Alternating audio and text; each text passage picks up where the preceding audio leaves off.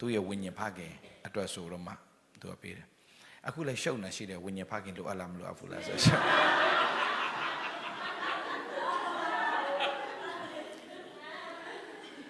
တကယ်တော့လေကျမ်းစာမဖတ်လို့ရှုပ်နေတာကျမ်းစာမဖတ်လို့ရှုပ်နေတာ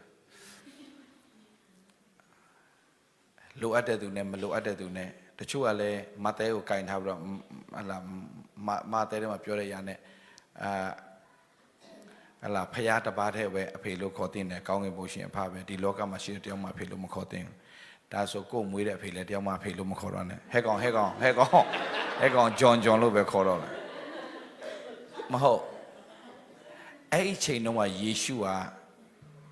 ဒီလောကမှာဘယ်သူမှအဖလို့မခေါ်တင်ဘူးလို့ပြောတဲ့အကြောင်းအရာကအဲ့ဒီတုန်းကရှိတဲ့ဘာသာရေးခေါင်းဆောင်တွေကိုအဖေမခေါ်ခိုင်းတာဘာလို့အဲ့ဒီတုန်းကပါရီရှဲတွေကသူတို့အဖေခေါ်မှကြိုက်တာဆိုတော့ဘယ်လိုလူကတိရောထဲမှာပြန်ဖော်ပြထားတာကအဆင့်၃ဆင့်ရှိတယ်ကလေးသူငယ်အဆင့်နဲ့လူပြိုအဆင့်နဲ့အဖအဆင့်နဲ့ဟုတ်ပြီနော်အဖအဆင့်လို့ပြောရင်ဘာရှိသွားလို့လဲယေရှုတင်တယ်ကလေးရှိလို့ပေါ့ကလေးရှိဆင်ဝိညာဉ်ရေးရမှာ၃ဆင့်ရှိတယ်လေသူငယ်အဆင့်လူပြိုအဆင့်အဖအဆင့်ဆိုတာမရှိဘူးလားတိရောမှာလေကျမ်းစာရန်ဖတ်တဲ့ဖွဲ့တယ်ဆိုတိရောမှာရှိဆိုယေရှုပြောနေတဲ့ဘဒုမာဖေလို့မခေါ်သင့်ဘူးဆိုတာဘာကိုပြောနာလဲဘာကိုပြောနာကိုဘာမှဝိညာဉ်ရေးရမှာဖျားနဲ့မဥဆောင်နိုင်တဲ့သူအဖေလို့သွားခေါ်စရာဘာအကြောင်းမှမရှိဘူးဒါပေမဲ့လောကမှာအဖေလို့ဖျားဘာလို့ထားထားလဲဘာလို့လောကမှာအဖေထားထားလာလဲအဖေဖြစ်ပြီးတော့မှကိုသားသမီးတွေကိုကောင်းကင်ဘုံရှင်အဖနဲ့မမိတ်ဆက်ပေးနိုင်ရင်အဲ့ဒီအဖေကတာဝန်မကျေတဲ့အဖေတော့ပေါ်လာမလဲတင်တို့အခုအဖေဖြစ်ပြီဆိုပါစို့မင်္ဂလာဒါတော့လူပြိုလေးဆိုမပြော sorry နော်ဒီဘက်ကိုပဲပြန်ကြည့်ရအောင်လက်ညှိုးသွားထိုးတာမှားနေဟိုဆိုဒီဘက်ပြန်လဲဒီကအဖေတွေဖြစ်အဖေတော်မရိုးတာအဖေကြီးတွေဖြစ်နေပြီဆိုအဖေကြီးတွေဖြစ်နေပြီဆိုတဲ့အခါမှာကိုသားသမီးတွေကိုဆရာရဲ့သားဆိုရင် very simple ဆရာအခုလက်ရှိဆရာသားပဲပြောမယ်ဆရာသားမှုတော့စောင့်နေတယ်ကျေးဇူးတော်ပဲအခုအမေရိကတပတ်ပတ်ပြီးတော့သူပြန်လာတယ်အမေရိကလူငယ်တွေသူ့အရန်တောင်းဆိုတယ်အခုအမေရိကပြန်ပို့ပေးပါဆရာဘယ်တော့မှမင်းဒီမှာနေပါညာဘယ်တော့မှပြော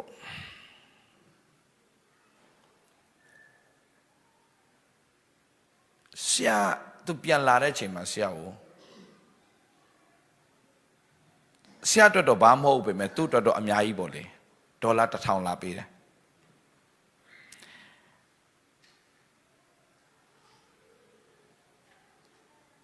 ဇာတိအဖေဆိုတာတဲ့သူရဲ့ spiritual father တို့သူလာပေးတယ်ဆိုတော့သူ့ကိုအမှုတော်ဆောင်ဖြစ်လာတဲ့အထိဆွဲခေါ်ပေးခဲ့တဲ့ဒီအဖေကလောကအဖေပဲတဲ့လောကအဖေဒါပေမဲ့လောကအဖေပဲမဲ့မွေးဖွားယုံပဲဆိုရင်လောကအဖေပဲ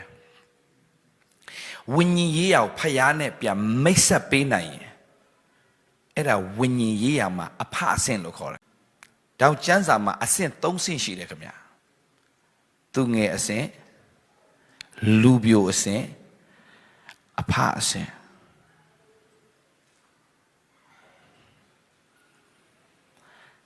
အဖအဆင့်ဖြစ်သွားတာဘာဖြစ်လို့လဲတဲ့အဖအဆင့်ဖြစ်သွားလူတွေအားလုံးကတီကြည်သောအသီးကိုတီးတဲ့အသက်တာဖြစ်စေရင်အဖအဆင့်ဖြစ်တယ်အဖအဆင့်ဆိုတာနားလည်ခြင်းရင် ယောဟန်ခန်းကြီး15အငယ်16မှာတင်တို့ကငါ့ကိုရွေးကောက်ကြသည်မဟုတ်ငါသည်တင်တို့ကိုရွေးကောက်သဖြင့်တင်တို့သည်တွား၍တည်ကြည်သောအသီးကိုတီးမြစ်အကြောင်းနှင့်ငါနာမကိုအမိပြု၍ခမည်းတော်မှာတောင်းသမျှသောဆုတို့ကိုရမည်အကြောင်းတင်တို့ငါခံတာဒါကြောင့်တင်တို့ဒီငါ့ကိုရွေးကောက်ငါဒီတင်တို့ရွေးကောက်တင်တို့တွား၍တည်ကြည်သောအသီးတဲ့ဆရာအပြင်လူတယောက်ပြောင်းလဲတယ်အဲ့ဒါအသီးသီးတယ်အဲ့ဒီအတီးကအမှုတော်ဆောင်ဖြစ်ပြီးတော့မှသူ့အပြင်လူတွေအများကြီးပြန်ပြောင်းလဲနေပြီဆိုရင်အဲ့ဒါတည်ကြည်သောအတီးဖြစ်သွားပြီဆရာဒီယိုမလာခင်မှာမလေးရှားကိုဆရာသွားတယ်မလေးရှားမှာသွားတာမလေးရှားဘာ conference လဲအော် acceleration conference ကိုဆရာသွားတာအဲ့ဒါလဲမလေးရှားနေစီစဉ်တဲ့ပွဲ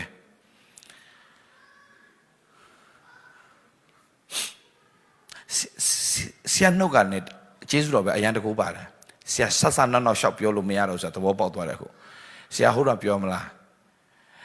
နောက်ပိုင်းမြန်မာလိုနာအင်္ဂလိပ်ဗာလဲမြန်မာလိုနားထောင်ချင်တော့မှနားထောင်လို့ရတော့မှာမဟုတ်ဘူးဆရာအင်္ဂလိပ်လိုပဲခေါ်တော့ဆရာပြောအခုမလေးရှားရောက်တော့တကယ်ဖြစ်နေတာအောက်ကဖွဲ့တွေကစိတ်မကောင်းလေဒါပေမဲ့ဟိုမှာလဲမလေးရှားနေရှိနော်ဆရာဘယ်လိုဟောရမှာလဲ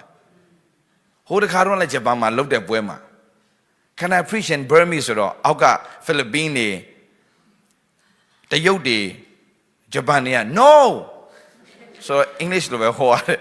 စိတ်ထဲမကောင်းဆရာရှောက်ပြောတာလေဟိုတော့မြန်မာလိုနောက်ပိုင်းဟောတော့မှမဟုတ်ဘူးနော်ရှောက်ပြောတာအခုတကယ်ဖြစ်လာ Acceleration Conference မှာဆရာဟောမဟောခင်တရက်မှာဆရာရဲ့ဝိညာဉ်ရေးရာအတ္တမှာ तू ဟိုတော့အယက်သမားကွယ်အယက်သမားကနေပြီးတော့မှဆရာတရားဟောချက်တွေကြားပြီးတော့မှ तू ကအယက်ဘဝလွတ်မြောက်သွားပြီးတော့ तू ကဘုရားမှုတော်ဆောင်ဖြစ်လာမှုတော်ဆောင်ဖြစ်လိုက်တာမကဘူး तू ကသူ့အပြင်လူတွေအများကြီးပြောင်းလဲပြီးတော့ तू ကသူ့အပြင်အမှုတော်ဆောင်တွေပါပြန်ဖြစ်လာတယ်ဆိုပြန်ဖြစ်လာတော့ तू ကအမှုတော်ဆောင်ဖြစ်နေပြီလေကွယ်အမှုတော်ဆောင်ဖြစ်တာမှ तू ကသူ့နောက်ပြန်လိုက်တဲ့သူတွေအများကြီးတောင်ရှိနေပြီသူ့ရဲ့ဝိညာဉ်သားသမီးတွေပေါ့ကွယ်အများကြီးရှိနေပြီရှိတော့ तू ကဆရာကိုလိုက်ရှာတယ် तू ကသူ့ရဲ့ဝိညာဉ်ဖခင် तू ပြန်လိုက်ရှာတယ်ဒါနဲ့ဘာလို့လိုက်ရှာတာလဲဆရာ restaurant တစ်ခုမှာခေါ်တော့ तू နဲ့စကားပြောဘာဖြစ်လို့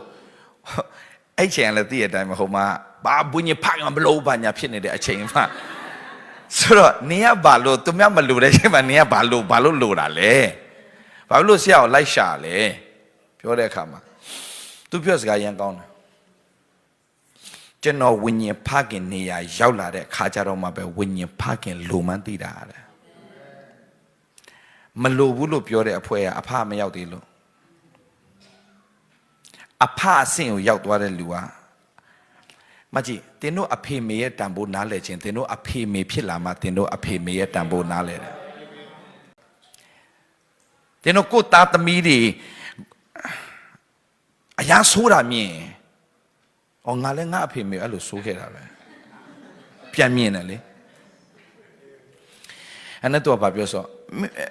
မလည်းမအောင်မြင်နေတာပဲလေကွယ်နော်။နေဟာနဲ့အောင်မြင်တာမဟုတ်ဘူးတဲ့ဆရာတဲ့။ကျွန်တော်ဝိညာဉ်ဖခင်ဖြစ်လာတဲ့အခါကျတော့မှကျွန်တော်ဝိညာဉ်ဖခင်မရှိလို့မရဘူးဆိုတော့ကျွန်တော်ပိုသဘောပေါက်လာတယ်။ဘာလို့တခါတလေမှာ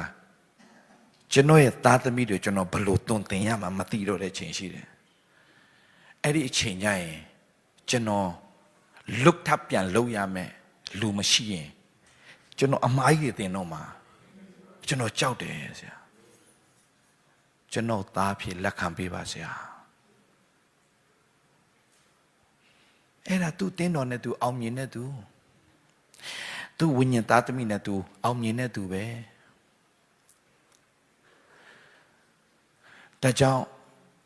ဘယ်သူမှစိတ်မဆိုးပါနဲ့လူတွေဟာသူတို့အရွယ်တစ်ခုမရောက်သေးလို့ပြောတဲ့စကားတွေကမှားနေသေးတာပါအချိန်တစ်ခုရောက်လာရင်စကားလုံးတွေပြောင်းသွားလိမ့်မယ်ဒါကြောင့်လူတစ်ယောက်ကသင်ကိုမကြေမနက်တွေပြောနေရင်သင်စိတ်ဆိုးရမှာမဟုတ်ဘူးယဉ်ကျေးအောင်ဆူတောင်းပေးရတာအဲ့ဒါမှတ်ထားပါဘာဆိုရင်တင်တို့ဟာ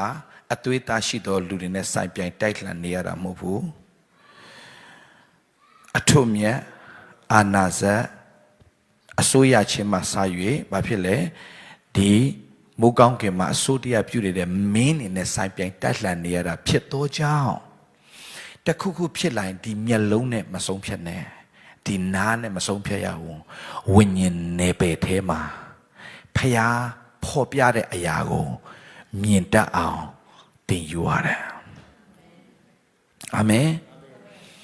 အဲ့လိုသင်ယူသွားနိုင်တဲ့ level ရောက်သွားပြီဆိုရင်သင်မှတ်ထားတော့သင်နှုတ်ကနေပြောတဲ့အတိုင်းဖြစ်ရတဲ့အခွင့်ကိုဖျားအကုန်ပြင်ဆင်ပေးတယ်ဖျားခင်နာမပုံကြည်ပါစေ